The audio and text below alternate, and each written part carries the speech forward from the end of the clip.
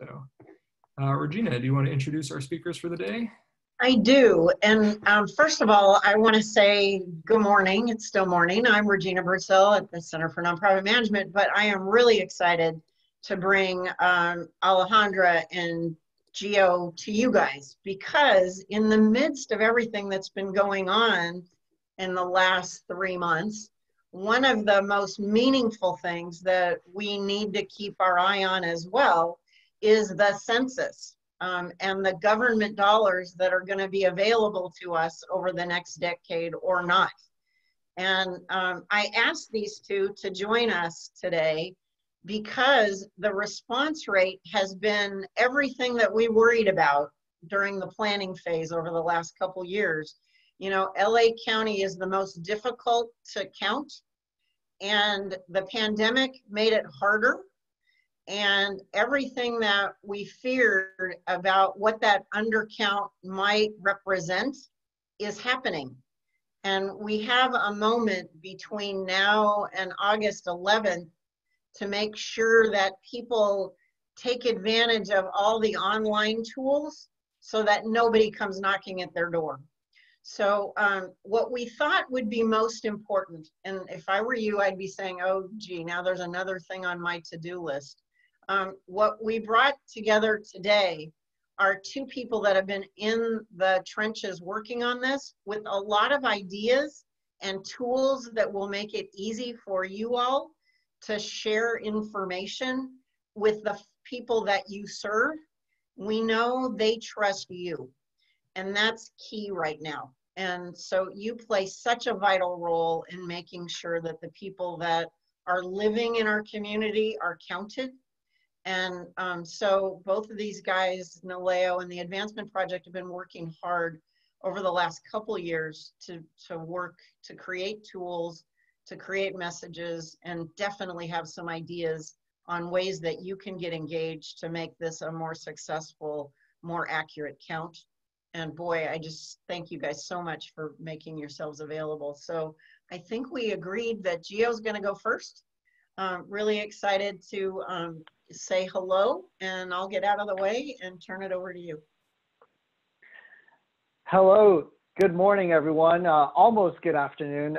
Once again, thank you so much to Ms. Regina, Mr. Aaron, for putting this together and inviting us to such a crucial conversation with everyone present today. I am honored as well to be accompanied by my colleague, Ms. Ramirez Zarate from Advancement Project, who's just been doing such wonderful work as well. So once again, thank you for your time and your attention in today's conversation. So my name is Giovanni Hernandez, and I've been leading all of our census initiatives across LA County for Naleo Educational Fund. I'm the California Senior Census Program Manager.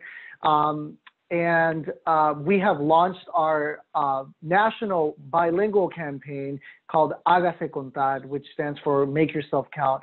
But we also have a sub-campaign called Hazme Contar, which translates to Make Me Count from the perspective of a child, which is our sub-campaign to ensure a fair and accurate count as well of our 0 to 5 population. You know, as Ms. Regina put it, the consequences of an undercount are dire, right? They are felt for the next 10 years. And so really census data are crucial for our future prosperity and just well-being. There's so many important decisions made in the public and private sector to where do we create new schools, new childcare centers, new hospitals, funding for essential programs such as Head Start, Title I funding for school, the WIC program, et cetera, et cetera. We could go on and on, right? There's like over 360 plus programs that are dependent on census data. And this is how we get our tax money back as residents. And we get one shot at it every 10 years, and that's the census, right? The decennial census. And so amid this pandemic, right, the census has not been canceled. Many things have been canceled, concerts, going to movie theaters, et cetera, but the census has not. It's actually been extended now until October 31st.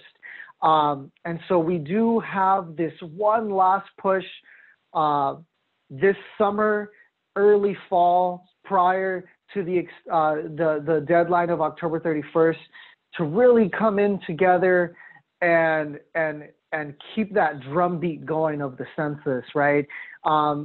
So many folks have been playing various different roles, and everyone has different audiences. And so really it's gonna take everyone to come together again for this one last push to really increase rates, response rates that aren't looking too good in, for example, the city of LA, the county as a whole of Los Angeles, who's actually both below the response rate of the state and the national response rate. So, and particularly we're seeing lower rates in our communities of color, immigrant communities, renters, highly dense renter communities, right? And I know Alejandra can speak more on that. But again, I think this is the crucial piece of coming together to really urge everyone to stand together with us and help us integrate census messaging into everything that you do from here on out.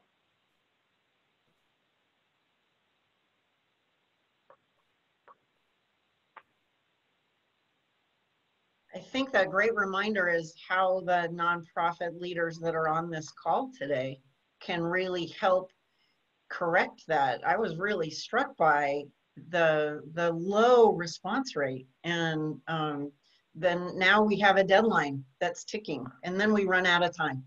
So really excited. Alejandra, if you could kind of bring us up to date, and then I know that you both have been working to bring people together and create tools. So wanted to let you all know that this is supposed to be a conversation about how you can help and what tools they have available to make that really, really easy, and some suggestions on how to make sure that we get those numbers up. So Alejandra, take it away. Thank you, Gio. It's always a pleasure to be on these discussions with you. Gio and I joined many different events together for quite a while now, so it's always great to see you. And I'm in awe of what our partners at the Neo Educational Fund are doing. And it's nationwide campaigns and really in-depth in many states throughout the country. So thank you for everything that you do. And thank you, Gina, for having us, and everyone else too. So my name is Alejandra Ramirez Zarate. I am a policy and research analyst with our democracy team out of Western Project, California. And we are a civil rights public policy institution. So largely our focus is public policies in service of low-income communities of color, with that strong racial equity lens guiding everything we do, particularly for me for democracy issue areas, so census and redistricting, and sometimes fun campaigns like ranked choice voting and everything else that's on the horizon after we get over this little bit of a wild year that is 2020. But for now, our big campaign, and has been largely my, I call it my third baby. My third baby is the census, and it has been for about 3 years. So I have about a 3-year-old, I have a toddler. And census has been focused on LA County also for about 3 years. We have a countywide campaign that we have established, and it's been up and running. And it's a collaboration with municipalities, with different stakeholders, different CBOs, and there's always an opportunity to get involved. And I'll go into what that looks like. There's a lot of fun opportunities that are always available in different levels of engagement. But a little bit more on what happened with the pandemic. Once the pandemic hit and the lockdown hit, once it reached LA County and California, what that meant for us is the work never stopped. Like so many other campaigns that kept going, we had to live into a new normal, into what it meant to do just digital remote engagement, creative engagement, and different ways of reaching different audiences, the trusted messengers, right? And for the purposes of our work and for this call, you all are trusted messengers with your communities, the communities that you represent. For many of us, Once we see data, and we are not removed from that data, we're a part of those impacted communities. So we can see ourselves literally in that data. We can see our communities in that data. So they're not just removed numbers. That's why census matters, because it's a way to bring political power to our communities, but it's a way that's not political. It's not political. It's a way to get an accurate count of our population for the purposes of benefiting all of us. Like Gio said, this is the receipts. We need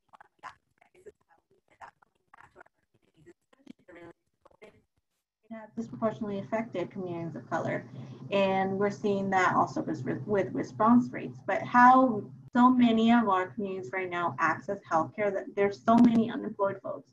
They don't have insurance. So they access community clinics, right? And these community clinics, they use federal funding. And Gio gave it many other examples about how that federal funding is used, but it's so critical right now to respond to the census.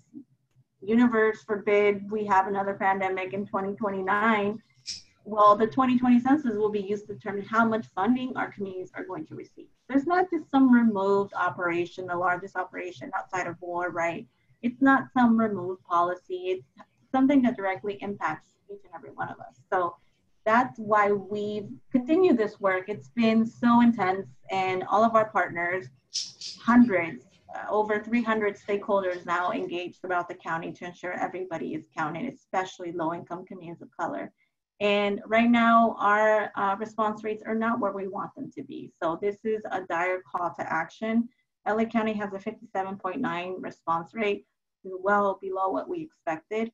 But at the same time, we own that 57.9 as a labor of love, because had it not been for the efforts of our trusted messengers like everybody else here, we would not be where we're at. We don't know where we would be if the state of California hadn't invested 187 million for census. So it is because everybody decided to do this labor of love for our state and for our county that we have a 57.9. That said, in 2010, the response rate was 69%. So can we get there before NERFU, before the knock on the door? We're not sure. And this is why we're discussing this, because we need everybody's help. It takes a village. And this is an urgent call to action. Any way that you can amplify census messaging, that you can reach out to your networks, any way that you can integrate that. Our communities would greatly benefit from that in everyday ways. How do we increase funding for our schools? Federal funding. How many kids are there? We need to know how many kids are there. And we need everybody. Again, it takes a village. California is doing well, was doing better than the counties of 62.8. For reference, in 2010, we performed at 68.1. So a little bit better than the county. And then national rate is 61.7. We did surpass what the Census Bureau had identified as the goal of 60.5. But we know there's a lot going on around the country. And even for census, there's still lots more that's happening. We still need to enumerate folks that are experiencing homelessness, group quarters, all that's still coming. But one cool thing that's coming up is that the week of July 22nd to the 28th, there will be another mailer that the Census Bureau will be sending. So that's a cool way that you can remind your networks, hey, if you haven't responded, you're gonna get another postcard. We're working to see if it'll also include a paper questionnaire, but at the very least, it'll include a postcard, the original postcards we all got in the mail, right? So folks will get that in their mailbox. So that's a nice reminder for folks. If you can incorporate that messaging into whatever communications you have with your networks, that's a cool way to remind them and to directly link it to the benefits. But there are other cool things that our folks have been doing, like right now we're tossing on it. So census awareness at a taco truck with your tacos, or it could be just any food truck, but we said tacos, a taco truck, you hand out a census reminder, right? So tacos and census, I guess. We've been doing census caravans, and I know our partners on Aneo and others have been deeply involved in that. Grocery bag distribution. So if you are putting on a grocery bag distribution event, you print out some census literature, some flyers, and you put in every bag as a nice reminder. Digital organizing is big. We have right now so many hits with the digital organizing and digital targeting and the ads. But social media, can you take 5 minutes to send a reminder on social media to your network? There are different cool ways to get involved. Phone banking opportunities. Today, there's a phone banking opportunity with Chirla in the city of LA that's happening this afternoon. And lots of phone banking opportunities with different partners. I know Galileo has some phone banking opportunities as well. So there's lots that's happening in different ways that we can all get plugged in. But I said a lot, so I'm gonna stop there. Well, I think that I was curious as you guys are thinking about kind of what's getting in the way. Is there, aside from the fact that we have a pandemic and all those annoying things that are really distracting people right now, I was curious what you're finding for those that did complete it. Is there something that leaders should know as they're thinking about communicating with their audiences and all the clients that they serve? Are there things that are pinging for people? Where are there some takeaways where you think, do more of this? You know, is it social? Is it all of the above? Is it just repeat? I'm curious what you're seeing where, as these guys are thinking about strategies to communicate with their audiences, you know, what they should be knowing about what's getting in the way so that they can think about how to communicate. Is it just the obvious fear of a system? Like, I'm just curious. Is there a way, I guess I'm gonna answer your question with a question. Is there a way where we can eliminate the barrier of entry, I guess, for lack of a better term? For example, I reach out to people and for me, it seems it's easier when I've had them at that time before the pandemic really hit at my kitchen table, pulled up the link and said, stop and do it right now, you know, versus me saying, it was more successful for me versus saying, hey, fill out your mailer, go to the website. Is there a way where we can incorporate, you know, like with my organization, where it's attached to maybe a registration, you sign up for a webinar, at the bottom, there's a link, you know, fill out the census if you haven't, you know, right there. Or when you're going to go vote, you know, everyone was checking in to vote while you're standing in line waiting to process, to either prepare to vote, or when you're casting your ballot at the end, stop and go on the computer and fill it out. Like, is there a way that we can connect it with other things so that when people are either already registering or they're already doing some type of intake, we can just capture it versus waiting for them? Because I know for me, it took me a couple of months to fill mine out, and I got mailers, email blasts, everything.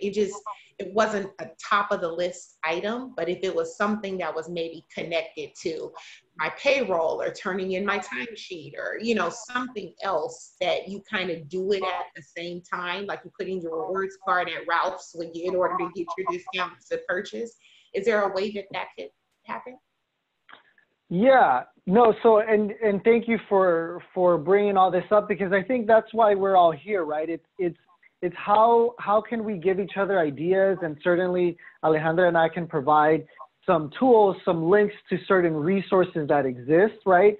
That can aid in what you're saying, because that is what we're asking essentially. How can everyone creatively insert Census into everything we do? So like you mentioned, for staff, how could how could there be some payroll inserts, right? How could there be like messages coming from the CEOs and supervisors, directors, pressing upon the importance of the census and encouraging employees, staff, and to get their families counted, right? But for that to then trickle down to the services provided, right?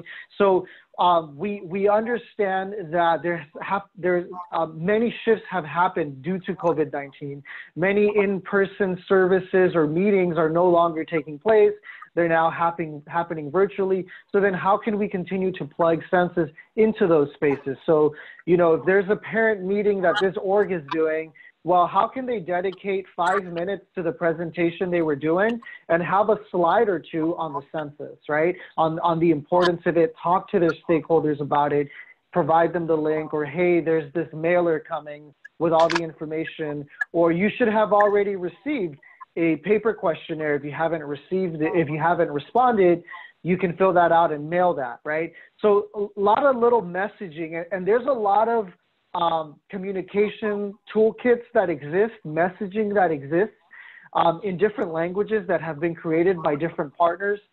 Certainly, Naleo, we've created talking points, PSAs, in English and Spanish, but we have also other partners that have created talking points in Arabic, has created talking points in different Asian Pacific Islander languages, right? So we're happy to provide that. And so I do have some links that I'd love to drop in either the comment box or also just email, but to Aaron, Ms. Regina, to then email to you all. But I'm happy to drop some stuff in the comment box of different tools that you all could use, right? And repurpose or adapt to your audience. And are they use messaging it tools? Are they yes, messaging they are. tools? Or are they only, like, is there a way, like I had to fill out a form to say that my daughter will be coming back the next year to school. Is there a way that to fill out that form, like I have to fill out vaccines and all that other stuff, that you have to fill out the census at the same time? Or is it legally we're only allowed to tell them that they should? Like, is there a way that I can include the census, or like you fill out this form along with these other forms in order to move to the, like making it kind of like mandatory? Or is that legally what we can't do? I don't think you can make it mandatory for someone to get a service. Hey, you need to fill this out too. You can encourage them to do it, right? You can talk to them about the importance of doing it. But I don't think, for example, like, hey, we reserve the right to refuse service, and if you don't fill out the census here, along with all these other enrollment packets, then we're not going to service you, right? I don't think that's legal or doable.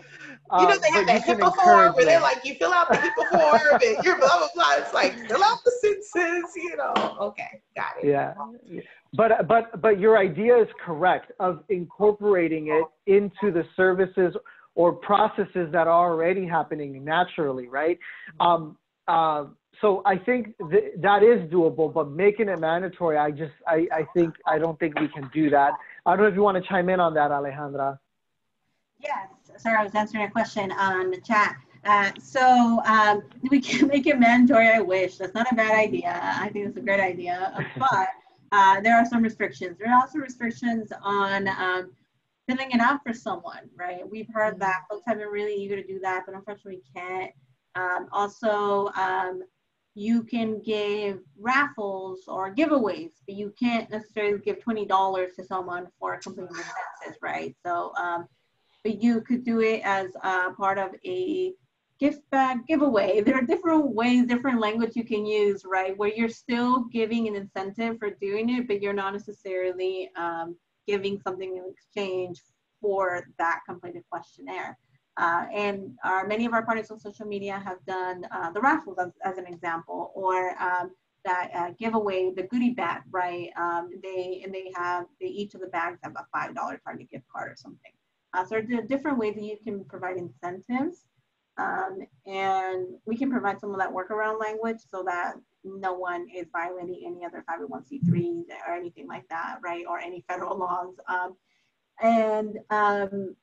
There are different ways, like everything you just mentioned are just different innovations that our organizations are using to encourage folks to respond, and in real everyday ways that connect the issue to their life, right? Why should you care about the census? And Regina, to your point, that's one of the big, and it's been, research has shown different focus groups, research like Naleo, they've done a lot of messaging, focus group research around that.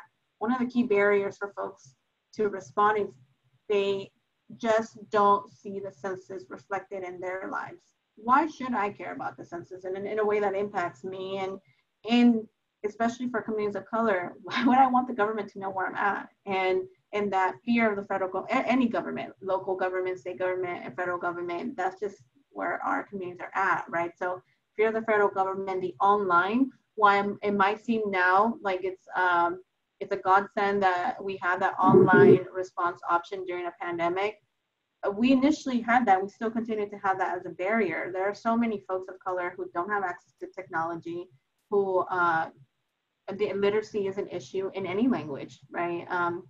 And so there are different ways that our partners are encouraging folks to call in. But even with calling in, the Census Bureau initially, when we went into lockdown, had issues with our call centers. And some of them were being asked to call back in summer. They've since resolved that, but what about all the folks that you turned off because they didn't call back, right? And so thankfully, as Gio said, up to October 31st, but that means that we have that much more work to do. So everything you just said about tying it to their paycheck. So if you have a way of, I don't know, most folks are doing digital paychecks, but if you have a way of incorporating that into someone's paycheck in a way that's easier to do working with your finance department, it's just such an easy way to reach someone. Social media, right? Last week I heard an idea from someone, or maybe it was the week before, that while so many people, dozens of people were in line to pick up their grocery bag at the grocery distribution location. It was the city of LA that was doing this. Someone from the city of LA, Department of Neighborhood Engagement, they had a tablet that they gave to everyone while they were waiting, to your point of while you're waiting, can I have you fill out the census, right? So if you're seeing community residents anyway and they're coming in, there are different ways that we can reach them to encourage them in a way that's also safe because of COVID, right? To encourage them to do it right then and there. I have you right here. Can I get you to fill this out so we can still have resources? So everything you just said are things that all of our organizations are doing. You know, I was curious about that. Genevieve is at the West Side Food Bank, so she sees, you know, exploding numbers of people who may not be on the internet with the rest of their time, or they may. So I'm curious, Genevieve, if like with the tools, does this, I'm not trying to put you on the spot, I'm trying to navigate here. If part of it is hard to reach and part of it is just awareness about why does it matter, you're representing a hard to reach population. Are there things that, if, does this make sense that it's something that your team could do? I guess, how do we help make this village work right now? I think for us, you know, because we're not doing direct service, we're serving through our member agencies. It's a question of getting our member agencies on board and maybe providing them with some resources. So that's why I appreciate the toolkits that are being put in the chat box, because I think if we can put together a flyer, maybe in English and Spanish and, you know, Mandarin and Farsi and some of the languages that are common for our service, that might make it easy if we just provide that to the member agencies and say, hey, when you distribute food, could you also distribute this flyer and encourage people to participate in the census? I think if we can, the easier we can make it, the better it will be. And also on my role with the Cornerstone Theater Company, we are actually strategizing right now because a lot of the communities that have participated in Cornerstone productions are at-risk communities and are communities that typically might be resistant or have some fear or apprehension or mistrust of something like the census.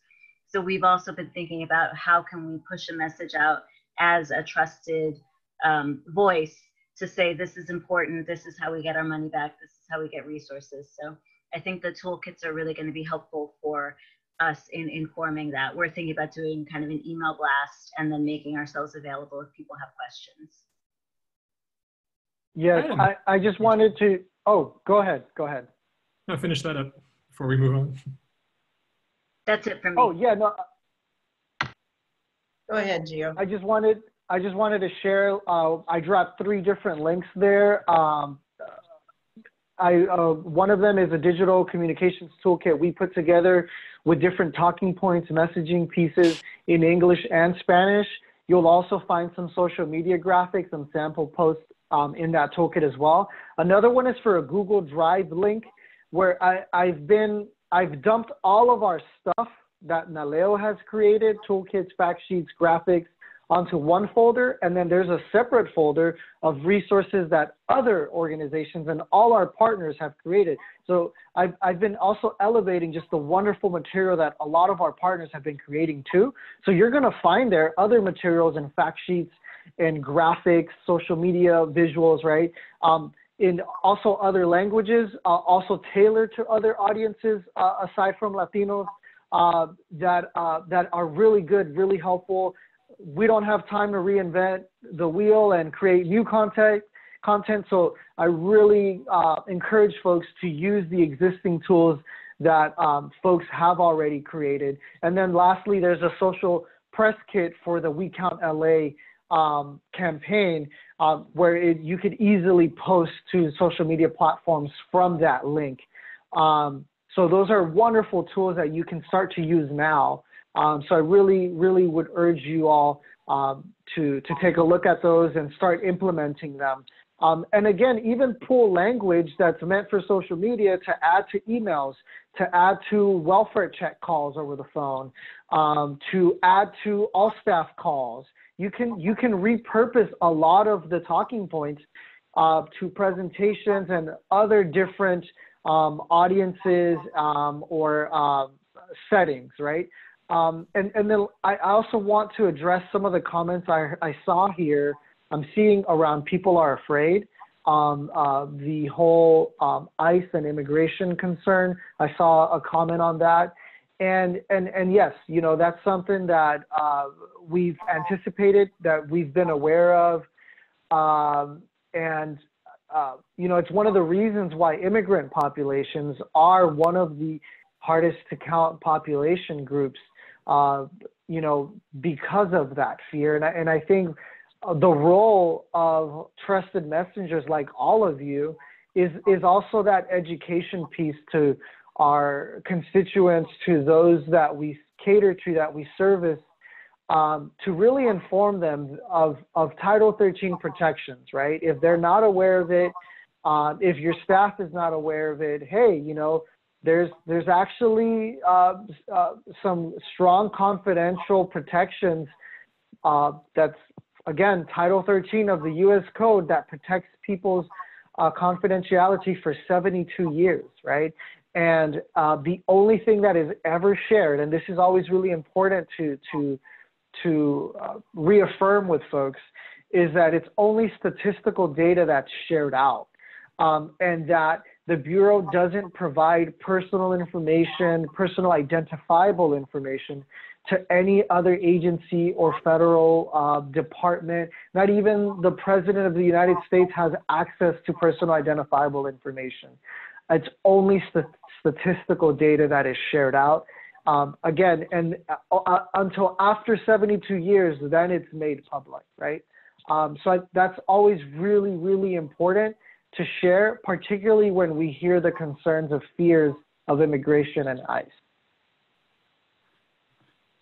Thank you so much, Gio. I'm glad that you were speaking to that, and those resources are very helpful. I had a messaging question that I've been seeing come up in other places and thought you guys would be a great sounding board. But with everything that's going on right now, in particular the Black Lives Matter movement and calls to defund the police, wondering if there is overlap of message, because it seems that at the end of the day, it's talking about how do we get more dollars into community support.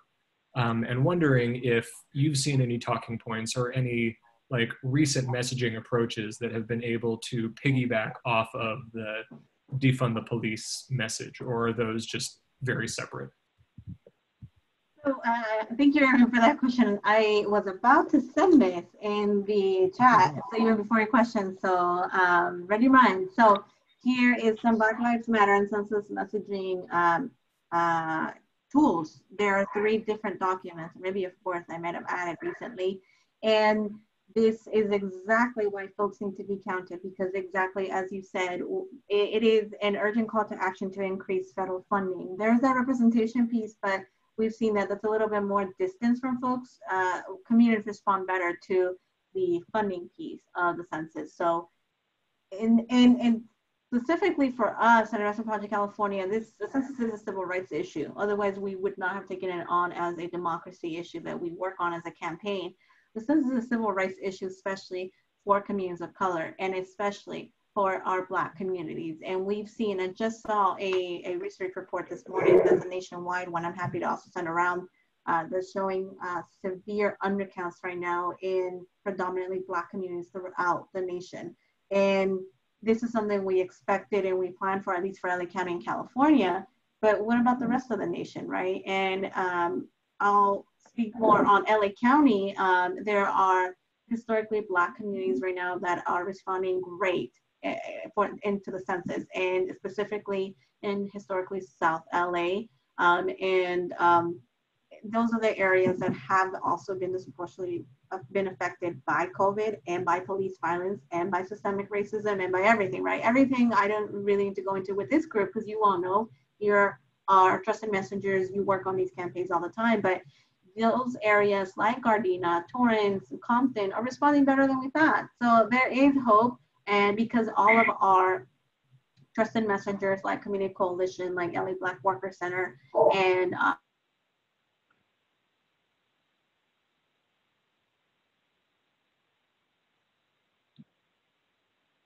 that need help, there's a sizable percentage, or we think it's sizable, and that's why we want folks to respond to the census so we can know that they're truly there in Antelope Valley of Black communities. I was struck by also the idea that now is the time to make sure that the churches and the synagogues and the mosques are repeating this information, right? And that it might be something that if we have relationships with those community leaders, we can back up all the work that you guys have been doing. Because they are finding ways to communicate with their people. And their congregants are still looking for that guidance from religious leaders. So I wonder if we think about between now and when the postcard goes out, if there's some kind of drumbeat to start making in July that just hits from every direction, you know, and all work that you guys have been doing. But I was thinking about the people on this call. When you think about the people that you know, if they heard from you to say, we want to have those reminders going out, and with all the tools that you guys are providing, I wonder if that might just also drive some into neighborhoods that we're not reaching so far.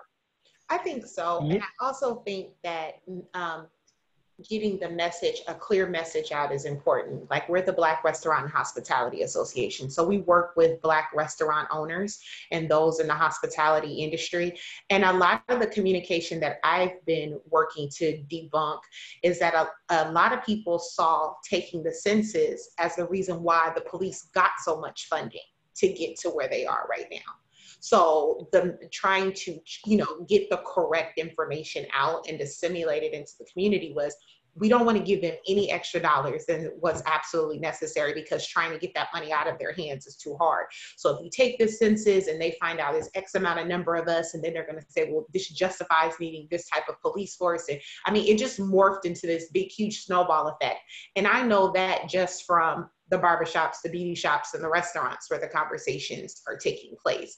So it was backing up saying, well, you know, a lot of people were using the argument of taking the bitter with the sweet. Yeah, you may have that situation, but then you also need the resources as well. So I think finding a way to communicate a message among, I know the African-American community, the Black community, in general, letting them better understand where those resources go to that they can trust, then that will be an idea of what, you know, like I said, not reinventing the wheel or coming out with any type of new messaging.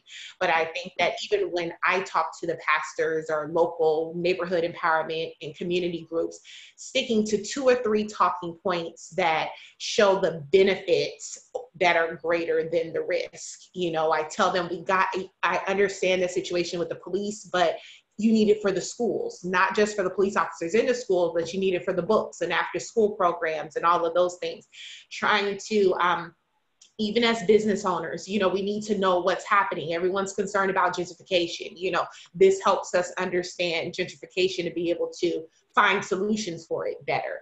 So I think for this, you know, to not speak for the entire Black community, but I think that there's a lot of fear that if they receive this information can be turned around and used against us. And so if we can try to just find ways that when we talk to ministers and other community groups, that we have 2 or 3 things to remind people of the reward that's greater than the possible risk. Because, you know, I even when he said 72 years, there's been so many people that have been told so many things shouldn't happen. They shouldn't come to your job. They shouldn't come to your school. And people violate. They break the rules and they just ask for, forgiveness, before they ask for permission. So I think there's so much mistrust there. Maybe we can find a way to communicate to them the reward over the risk. Yeah, no, absolutely. And that mistrust is very real, right? And that's one of the reasons as well. I think that, we've been seeing some low response rates with certain communities, not just like it goes with that fear of ICE immigration, that the mistrust of just, government, right? That's a piece that we have also anticipated. And I 100% agree with like having those like 1, 2, 3 points ready of the community benefits, right? Like, hey, you care about Head Start, you have young children, where this is how Head Start is funded in our communities. If you think that we have very little funding for Head Start or childcare centers here in, South LA, well, this is how we can get more of those dollars to that. If you are a parent that care about special education, well, guess what? Special education block grants are funded by Census data. If your child receives special education, do you think there's more funding that could go towards special education at our schools? Well, guess what? That's why you need to take the census, right? WIC, like SNAP program, the Children's Health Insurance Program, we could go on and on, right? Medicare, right? So there's a lot of those tangible examples that we can bring into those conversations to make it very real for people. Because time and time, the message research testing that many groups have done shows, and Alejandra alluded to this, when you speak about the community benefits, that's what will motivate folks more to want to complete the census rather than talking about a count just for the sake of doing a count or political representation, et cetera, right? It's how do you make it hit home with folks to these particular programs that we know our communities depend on.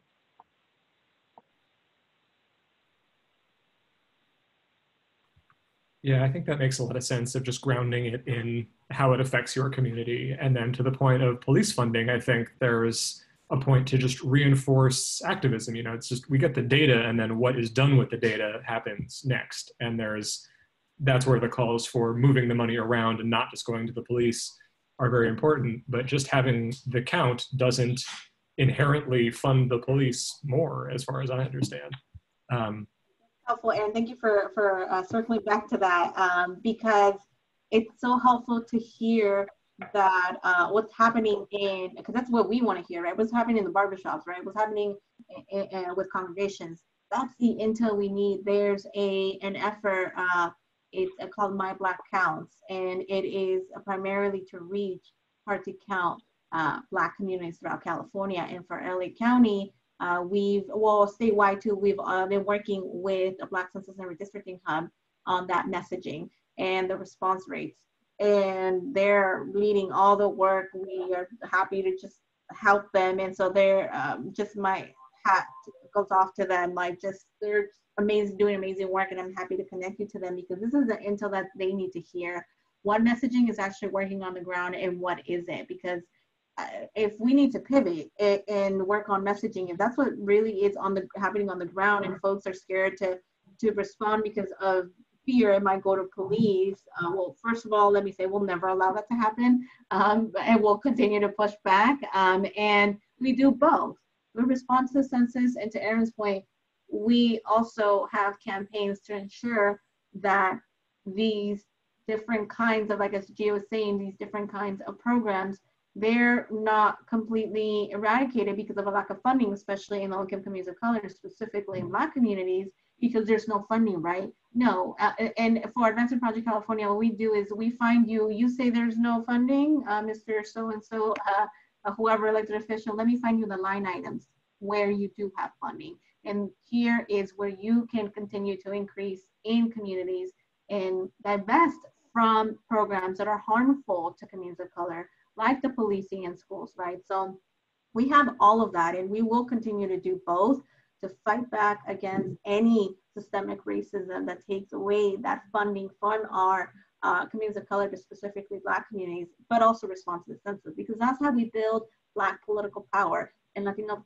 political power. But specifically, as it's disproportionately impacting our Black colleagues right now, we build Black political power by responding to the census and pushing back against systemic racism and those racist systems of oppression, like the way our, for example, city council budget is set up, and we continue to fight back, right? And calls to increase that funding. So we do both. And if you walk away with anything from this, is that we are working, there's so many of us that are working to do both at the same time. And that's why this work is so exhausting, because 2020 is what it is, and there's a pandemic, and we're limited even in providing public comment, right? That's so limited right now in how it impacts our communities of color and how our Black and Latino communities are disproportionately dying at higher rates. So it's everything. So I guess what I'm trying to say is, if there's a fear that by responding to the census, it'll impact other campaigns,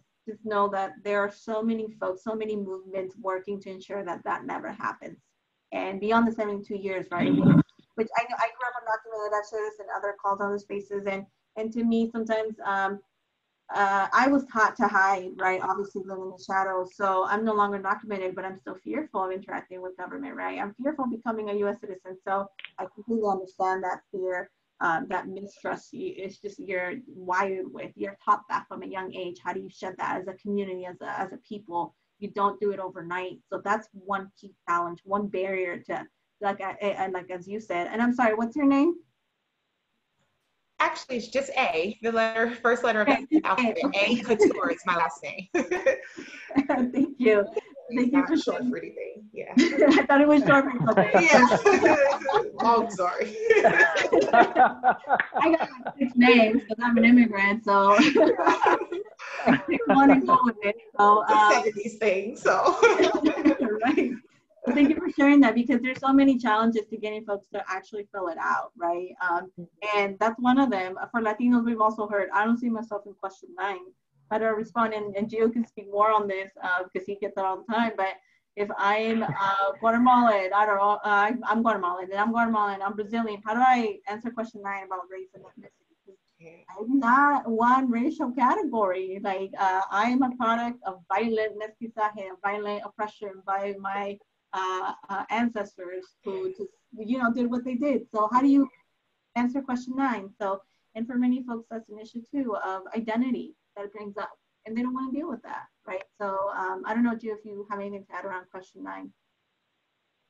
Yes, so question 9 that basically is referring to, really question 8 and 9, referring to the race, Hispanic origin and race question, right?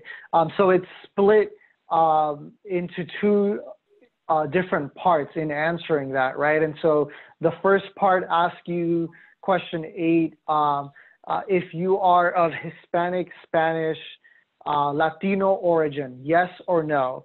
If you said yes, then you identify, it asks you to identify, well, what, right? What type of Hispanic, Latino, Spanish origin are you? Colombian, Mexican, Mexican American, Puerto Rican, Cuban. It gives you some examples, and then it gives you a field to write or type in for other, right? And so other could be like Salvadorian, Bolivian, etc., right? We can go down the list. Then the next question after that is, what is your race, right? And so a Latino, and this is what Alejandra was referring to, is a Latino would be like, wait a second, I just answered this already. I already just told you I'm Cuban. I just told you I'm Colombian. And then I go to the next question and you're asking me, what's my race? What do you mean? Because then all I see is white.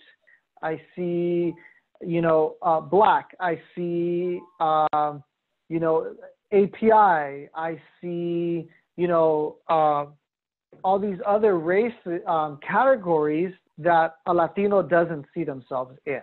Right. And also, I do want to say that this is not just conflicting for Latinos. It's also conflicting for, our Middle Eastern North African,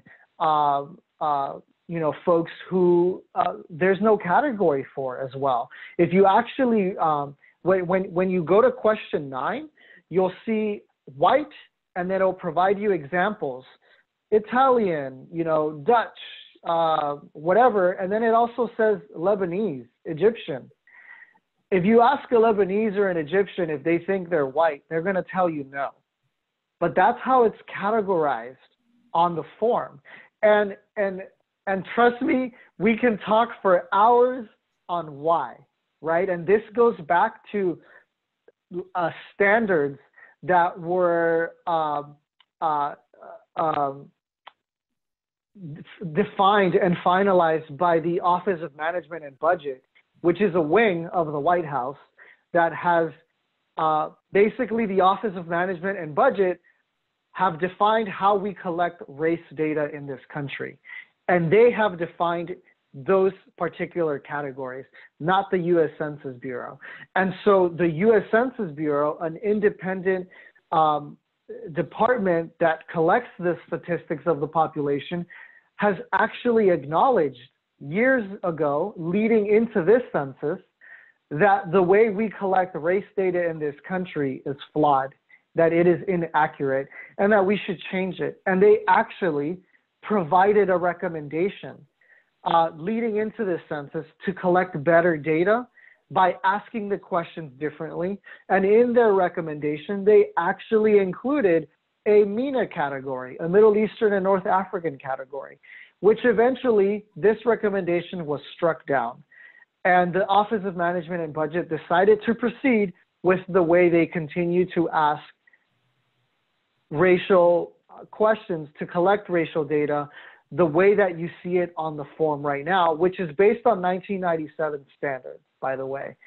So we recognize, right, many of us that have been in the trenches, and so does the U.S. Census Bureau, recognize that this is not the best way to collect it. Unfortunately, this is the cards we've been dealt with. And so the recommendations we always provide is to answer how you best identify. And that's still conflicting for folks too, right? Because at the end of the day, you can, when you go to question 9 with the different race categories, the last option is some other race. So folks are able to then say, you know what, I don't identify with any of these. A Lebanese person can say, I don't identify with any of these. I don't consider myself white. I'm going to go all the way to the bottom and click some other race and then write in Lebanese, right? Or write in Egyptian, write in Salvadorian, right? At the end of the day, the Bureau will collect how many folks did respond to some other race, but that is not an official race category, right? That the government considers, right? And because of how confusing this is, how conflicting this is, census experts do anticipate that some other race will be the second largest, I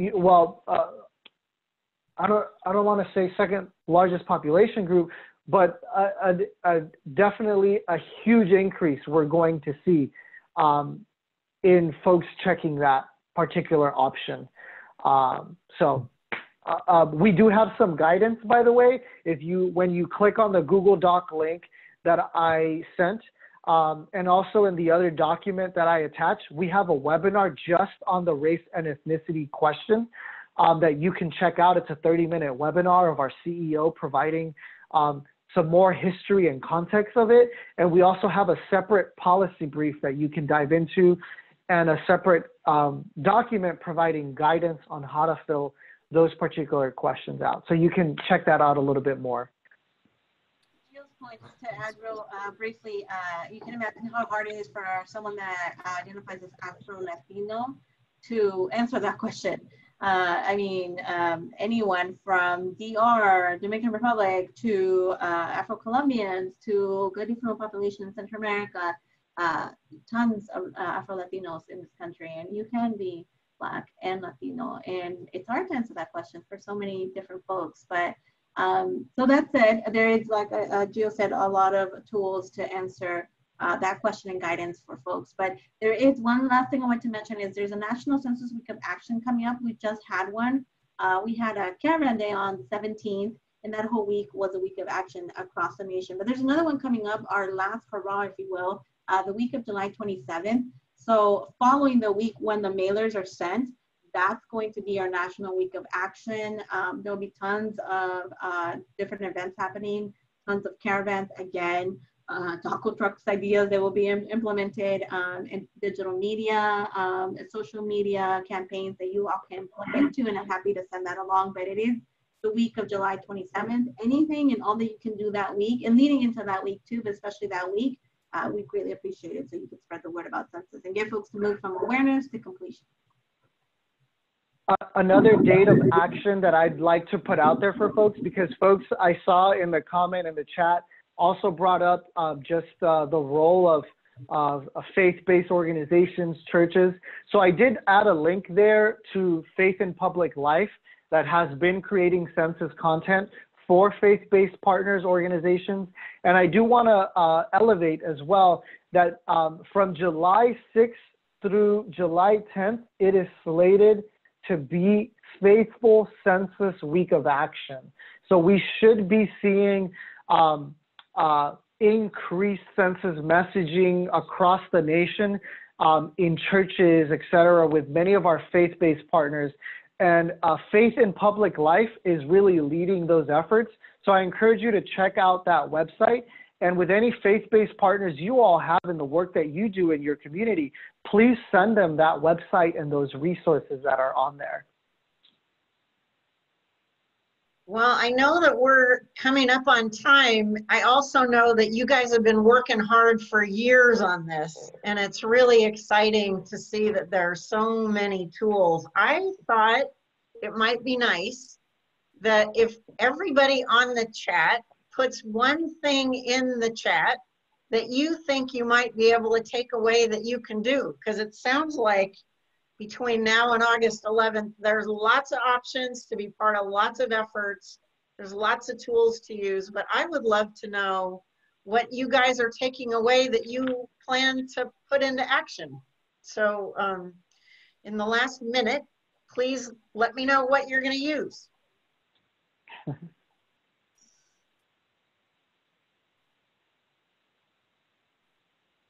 So I wanted to thank Gio and Alejandra. You guys are such an inspiration. There's so many things here to make it easier to get the word out. And we know this is just really meaningful. And I want to thank everybody on this call today for your honesty and your commitment to this, and such a sincere desire that this is so much about equity and justice. And boy, it's going to matter for the next decade. And then we just have to do a better job 10 years from now on all those labels. But in the meantime, you know, this is the cards we have. But I vote that we go for the big numbers and break all kinds of records in LA County and surprise them, because that actually would bug all those people that are trying to make this hard. And let's make them crazy that our vote and our voice counts. So thank you guys for making yourselves available and for all these tools, and everybody else. Thank you for getting the job done and all the good work that you do. And hopefully you'll take some time over the weekend to recharge and do nothing, if that is what it takes. So anyway, thanks you guys. And thanks, Aaron, for keeping us organized. Absolutely. And thanks for all the great resources. That was really helpful. Excited to be able to continue to share them with our communities. Thank you all so much. It's been a pleasure. So all these links we'll keep pushing out. Thanks, you guys. Thank you so much. Have a great weekend. Bye, everyone. Thank you all.